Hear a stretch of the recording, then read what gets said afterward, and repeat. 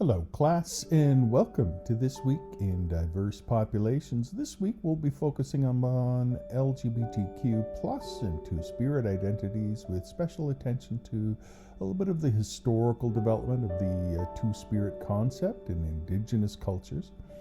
As counselors, it's really crucial to understand that gender and sexuality are culturally situated and that Indigenous understanding of identity often differs significantly from Western LGBTQ plus frameworks.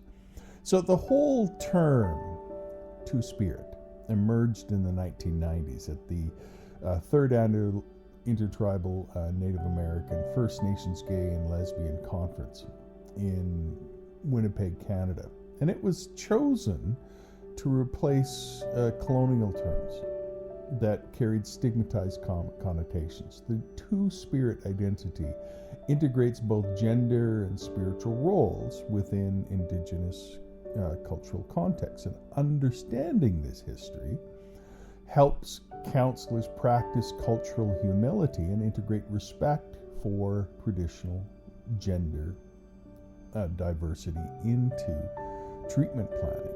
So hopefully by the end of this lecture you'll have a good understanding of that. Now, as always, I want to start with a little story about somebody, and then we'll dive into the three main themes of our lecture. The first theme of our lecture will be a little bit of the historical and cultural roots. So we'll begin exploring how pre-colonial Indigenous societies recognized multiple gender roles and spiritual identities. And many nations acknowledged people who embodied both masculine and feminine spirits as healers, as mediators, and teachers. And these roles were deeply respected until colonization imposed that rigid binaries through both Christianity and Western medicine. And then there's the comparative frameworks. So we'll compare the Indigenous Two-Spirit worldview with modern LGBTQ concepts of sexual orientation and gender identity. So we kind of have a sense of the Western framework that emphasizes individual identity and sexuality and how that contrasts with Two-Spirit identities that emphasize balance in community roles and spiritual purpose. And then we'll explore some of the clinical applications where we can examine how counselors can support Two-Spirit and LGBTQ clients through culturally responsive, trauma-informed, and community-based approaches to addiction and mental health treatment. So I want to introduce you to Richard Lafortune, who is really a leading Two-Spirit activist and author and educator. He was born in 1953 in Alaska, and Lafortune co-founded the International Two-Spirit Gathering in 1990, which marked the first Indigenous LGBTQ plus people collectively choosing that Two-Spirit term to describe themselves. And this movement really sought to reclaim Indigenous understandings of gender and spirituality which had been suppressed. And Lafortune's writings emphasize that Two-Spirit identities are not merely gender expressions, but spiritual callings linked to balance and mediation and community well-being. And he challenges the Western LGBTQ plus models that emphasize an individual's identity by highlighting more the Indigenous traditions that situate identity within kinship and within role and within ceremony. And so his advocacy has really informed addiction recovery and mental health practices by promoting community healing and cultural revitalization and self-determination for Indigenous LGBTQ plus people. So before colonization, many Indigenous nations really did recognize diverse gender identities and expressions, and individuals embodying both masculine and feminine spirits held revered positions within their communities. They were healers and visionaries and ceremonial leaders, And their roles were based upon balance and reciprocity and spiritual gifts rather than on the binary concept of gender. And so that is why the two-spirit term was formally introduced in 1990 at the conference in Winnipeg in 1990, because it does represent a collective movement to reclaim traditional gender roles that were really erased or misrepresented under colonial influence. And so today, the two-spirit movement is part of the broader Indigenous resurgence that centers cultural pride and self-determination and reconnection of identity with the community of well-being. And so it's important when you're working with Indigenous clients with addiction to be aware that this is part of that process of reclaiming some of the cultural identity. Now, we'll just kind of look a little bit at, so we kind of understand this a little bit more. You can kind of think of it as colonization really imposing a very rigid binary of gender upon Indigenous communities and spiritualities. That starts with government and missionaries and the attempt to force Christian conversion in residential schools and assimilation policies. And it really does stigmatize gender diverse and did stigmatize Indigenous gender diverse individuals and distorted their social and spiritual significance. And then you add to that, to the rise in Western psychiatry in the 19th and 20th century that did pathologize gender variance and labeled it as deviant and disordered. And Indigenous people really internalized all of that shame and that fear due to the whole systemic repression. And this led to some deep spiritual and psychological wounds that have kind of carried forward into our current generation, because trauma and spiritual wounds do not heal very quickly. And every generation has a responsibility to find a place of healing and recovery so that they don't pass that trauma along. But these colonial legacies continue to influence addiction patterns today. And so reclaiming the two-spirit identity has gone a long ways for many people to heal that historical trauma that is manifest by internalized oppression and substance use as coping and disconnection from cultural identity. And so recognizing this context is really essential for effective trauma-informed counseling when we're working with these people. And in many Indigenous cultures, we need to just simply recognize the fact that two-spirit people held sacred roles that were connected them to their social fabric of their communities and to the spiritual roles of their communities. They were often responsible for maintaining balances between genders, for facilitating ceremonies and acting as mediators in conflict resolution.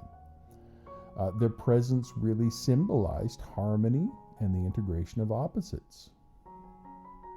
And that is essential for the health of the tribe.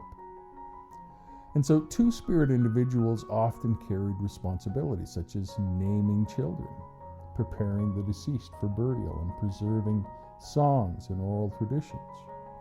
And their spiritual authority derived from their perceived ability to see beyond the binary divisions. And so in the modern context, two-spirit leaders and healers continue this legacy through community organizing, through addiction recovery work, and mental health advocacy. And these roles emphasize collective healing, cultural reclamation, and reestablishing relational balance. And so the two-spirit framework differs fundamentally from Western LGBTQ+, because while LGBTQ+ identities in Western society often center on sexual orientation or gender identity as personal attributes, two-spirit identity is relational. It's communal, it's spiritual. It connects individuals to their families, to their clans, to the spiritual realm, and emphasizes responsibilities rather than labels. So Western frameworks such as gay and lesbian and transgendered and bisexual are really rooted in an Enlightenment era notion of individualism and sexual orientation as identity categories. Now, in contrast to that, two-spirit predates that kind of worldview construct, where gender and spirituality are intertwined.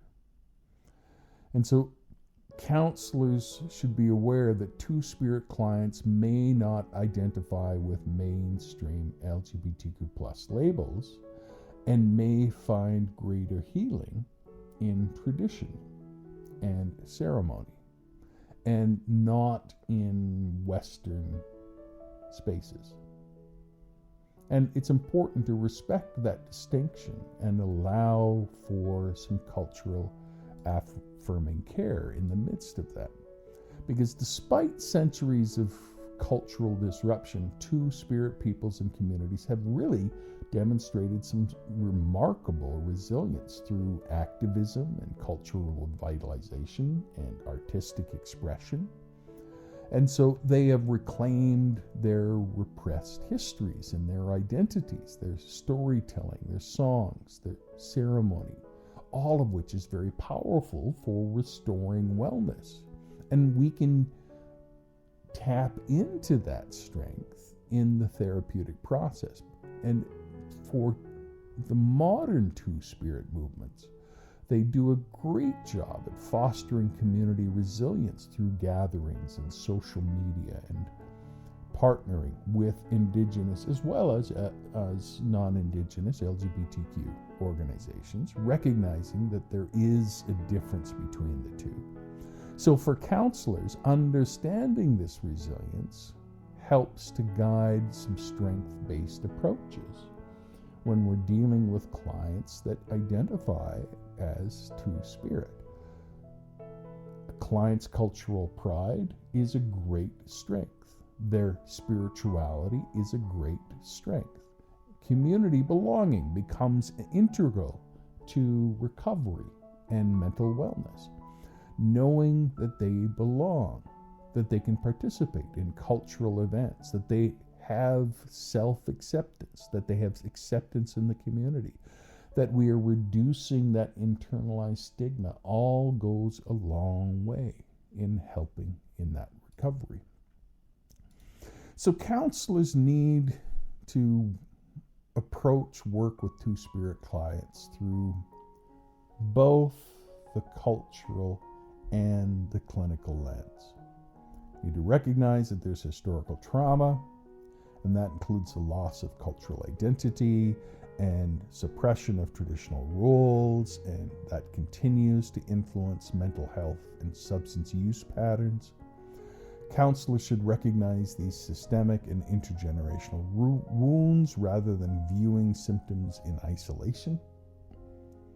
Trauma-informed care along these lines really involves creating a safe, empowering, and non-judgmental space. So just doing basic counseling, foundational ideas is essential here. And then allow the client to bring in their spiritual beliefs and their cultural expressions, because that's part of their lived world. Remember, we are entering the client's lived world. That might mean language, that might mean ceremony, that might mean traditional healing practices as valid therapeutic modalities. So allowing a broader range of healing and resources with elders and spiritual advisors goes a long ways in building a wraparound approach that can help our clients to find recovery, to find health, to find wellness. So when it comes to ethical counseling with two-spirit clients, remember, it requires respect for cultural traditions, for community protocols and spiritual beliefs. Counselors need to uphold confidentiality and informed consent. That is a given. Recognizing client autonomy, that is essential.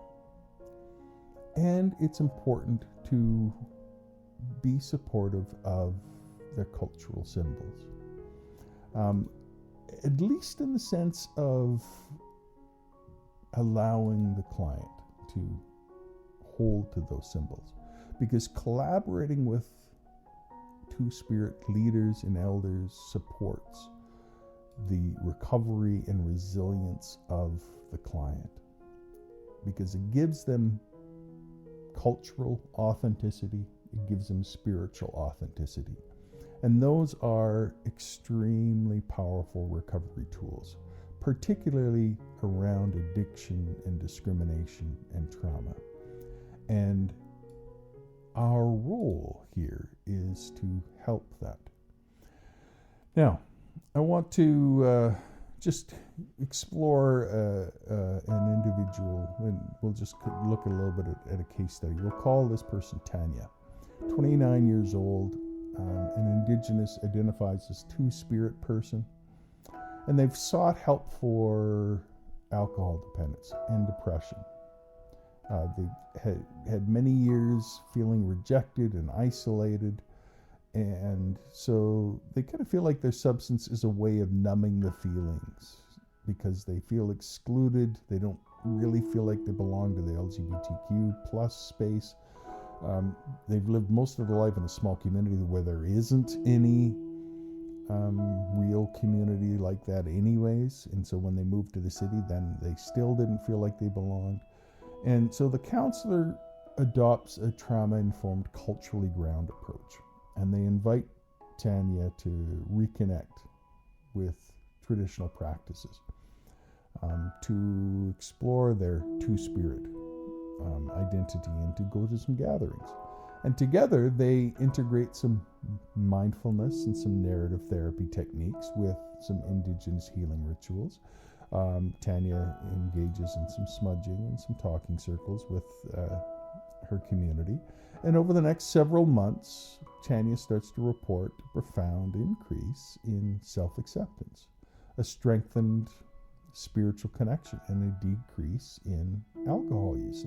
And this case really kind of demonstrates that cultural reconnection is not an adjacent approach. It is very much a cornerstone to the recovery of two-spirit clients.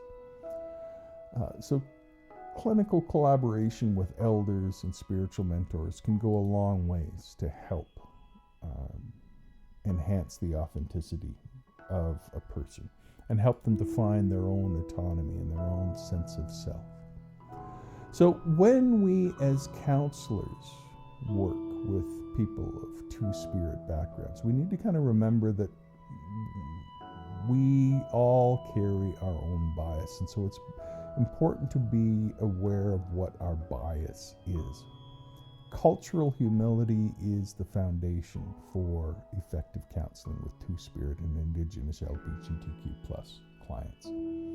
Counselors need to engage in continuous self-reflection to identify their implicit bias, especially those shaped by Western gender norms or colonial assumptions about sexuality and spirituality.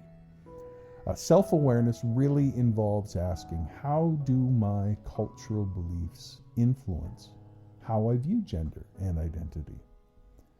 Am I centering my framework in the Western tradition, or should I be centering it in the tradition that the client is in? And that's always where it's really important to recognize that sometimes we need to as always, we need to enter the client's lived world in order to be ethically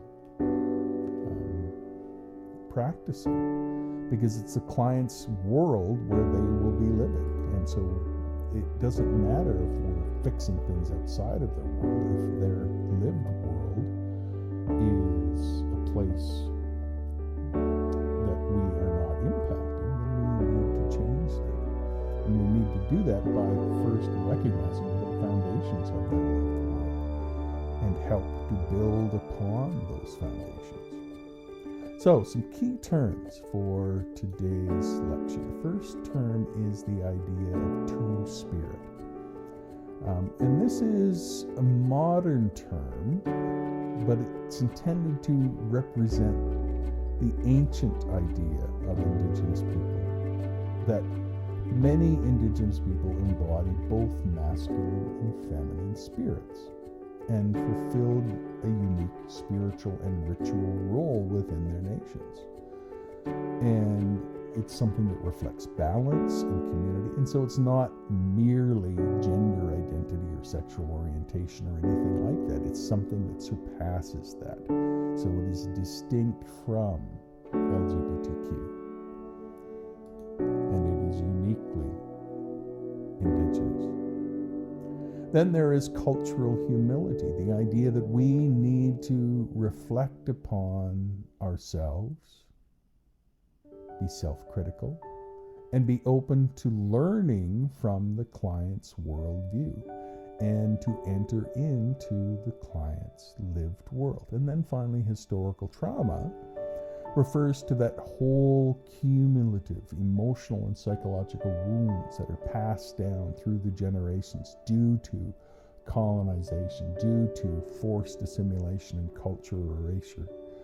And the awareness that this trauma is something that needs to be dealt with in the midst of effective treatment.